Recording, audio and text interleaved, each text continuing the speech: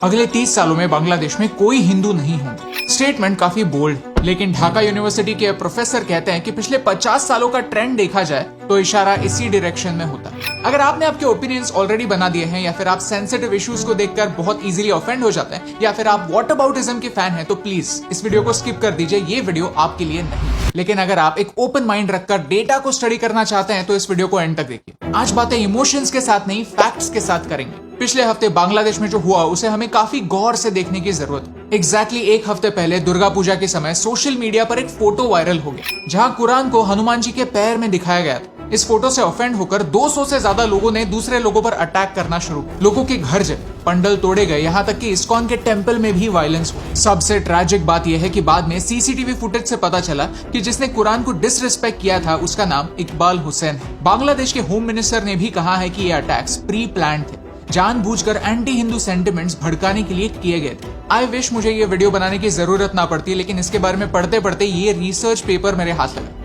And I want to draw your attention to this, जहां सिर्फ हिंदुओं पर नहीं, बांग्लादेश के ट्राइबल कम्युनिटीज पर कैसे अटैक्स हो रहे हैं, इसका डिटेल में एक्सप्लेनेशन है, जो खुद बांग्लादेश के रेप्यूटेड प्रोफेसर्स ने लिखा है। टॉपिक थोड़ा कंट्रोवर्शियल है, तो प्लीज इस वीडियो को एंड तक देखिए। और मेरे सिर्फ 3 सवाल है, बांग्लादेश के लिए नहीं, पूरी दुनिया के लिए। अगर आपको ये सवाल वैलिड लगता है तो इस वीडियो को ज्यादा से ज्यादा लोगों तक पहुंचाने में हमारी हेल्प कीजिए। बात एक या दो आइसोलेटेड इंसिडेंसेस की नहीं है, डेटा और एविडेंस की बात करते हैं। जनवरी 2013 से लेकर अब तक इन टोटल 3679 अटैक्स बांग्लादेश की हिंदू कम्युनिटी पर हुए हैं। इनमें 559 घर जले और 442 दुकान तोड़े गए। 1964 से लेकर 2013 तक का डेटा देखा जाए तो 11.3 मिलियन हिंदू बांग्लादेश छोड़कर दूसरे देश चले गए। रीजन? रिलीजियस परसिक्यूशन और डिस्क्रिमिनेशन। इसका मतलब यह है कि हर दिन 632 लोग देश छोड़कर जा रहे थे। इसका इम्पैक्ट आप बांग्लादेश के चेंजिंग डेमोग्राफिक्स पर देख सकते हैं। 1901 में जहां इस एरिया का पॉपुलेशन 33% हिंदू था, वो बांग्लादेश के इंडिपेंडेंस के टाइम पर 13.5 हो गया और धीरे धीरे घटकर 2011 में 8.6 हो गया। ये डाउनवर्ड ट्रेंड कोई कोइंसिडेंस नहीं है। क्या वजह हो सकती है? इस पेपर में कुछ जवाब। बांग्लादेश का पॉपुलेशन सिर्फ हिंदू या मुस्लिम नहीं, बल्कि as many as 49 indigenous tribes are an integral part of Bangladesh. Chittagong के हिल्स में जहां ये ट्राइब्स एक जमाने में मेजॉरिटी हुआ करती थी, वो पिछले 30 सालों में एक माइनॉरिटी बन गई। लेकिन क्यों?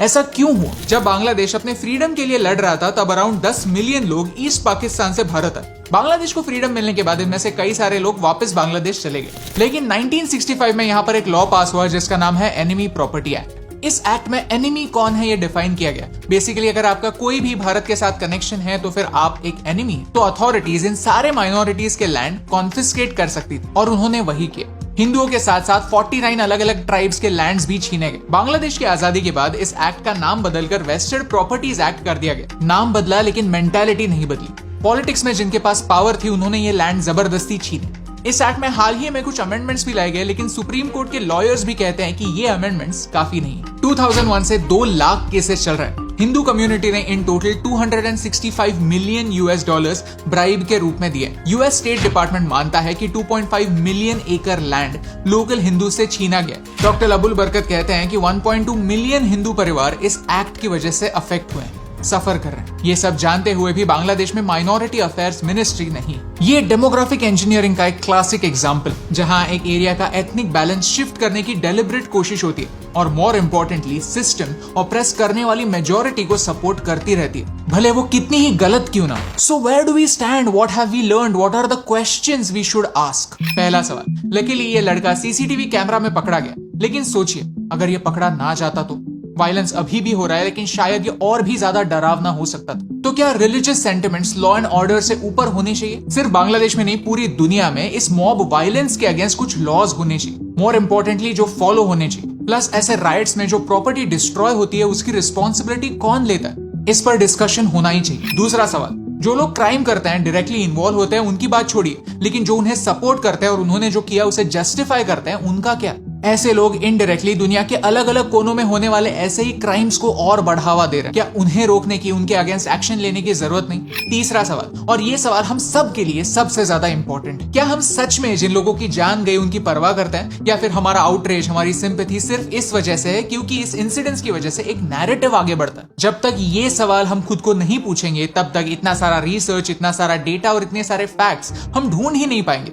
फिर हम हमारे आर्ग्यूमेंट सिर्फ और सिर्फ इमोशन के बेसिस पर करेंगे और कभी भी आगे नहीं बढ़ पाएंगे, सोल्यूशन नहीं ढूंढ पाएंगे, सिर्फ नैरेटिव का ढोल बजाते रहेंगे और जो मदद के लिए चीख रहे हैं उन्हें अनसुना करते रहेंगे। क्योंकि कुछ लोगों के लिए ढोल की आवाज लोगों के प्रॉब्लम से ज्यादा इंपॉर्टेंट हो गई है और ये बदलने की जरूरत है। नहीं तो एक वायलेंट इंसिडेंट का रिस्पॉन्स दूसरे वायलेंट इंसिडेंट से ही होगा और फिर पॉइंट गलती पहले किसने की यहां आकर रुक जाएगा। तो हम क्या कर सकते हैं? रिलीजन के बेसिस पर होने वाले अटैक्स बांग्लादेश में कोई नई बात नहीं है। एटलीस्ट इस बार लोगों का अटेंशन इस पॉइंट पर आया है। अब ये हमारी रिस्पॉन्सिबिलिटी है कि सही इंफॉर्मेशन हमारी तरफ से हम लोगों तक पहुंचाए। एजेंडा और नैरेटिव के बेसिस पर नहीं, अपना ओपिनियन फैक्ट और डेटा के बेसिस पर बनाए, क्योंकि नंबर्स झूठ नहीं बोलते। YouTube पर इस वीडियो के डिस्क्रिप्शन में हमने किए हुए सारे रिसर्च के लिंक्स हैं, कुछ इंपॉर्टेंट बुक्स है जो आप पढ़ सकते हैं। 1984 एक डिस्टोपियन नॉवेल है जिसमें एक इंटरेस्टिंग टर्म को एक्सप्लेन किया, अनपीपलिंग। इसका मतलब यह है कि कभी कभी लोगों को एक जगह से बाय फोर्स निकाल देना सफिशिएंट नहीं होता। टू मेक श्योर कि वो कभी वापस ना आए, ये भी जरूरी है कि उनका उस जगह पर कोई हक था, इस फैक्ट को भी डिस्ट्रॉय किया जाए। हिस्टोरिकल रिकॉर्ड्स मिटा दे,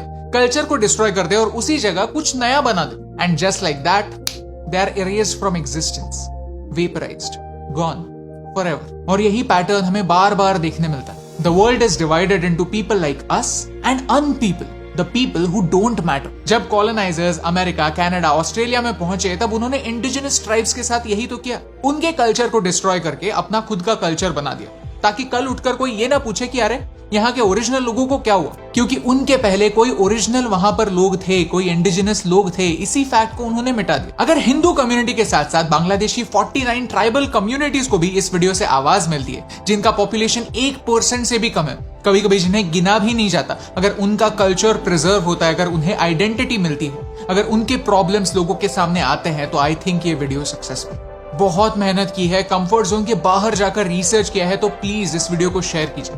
क्योंकि एक के करने से क्या फर्क पड़ता, लेकिन एक एक के करने से बहुत फर्क पड़ता है। और इन दोनों लाइंस में सिर्फ एक का फर्क, and that's the reason why फर्क पड़ता है।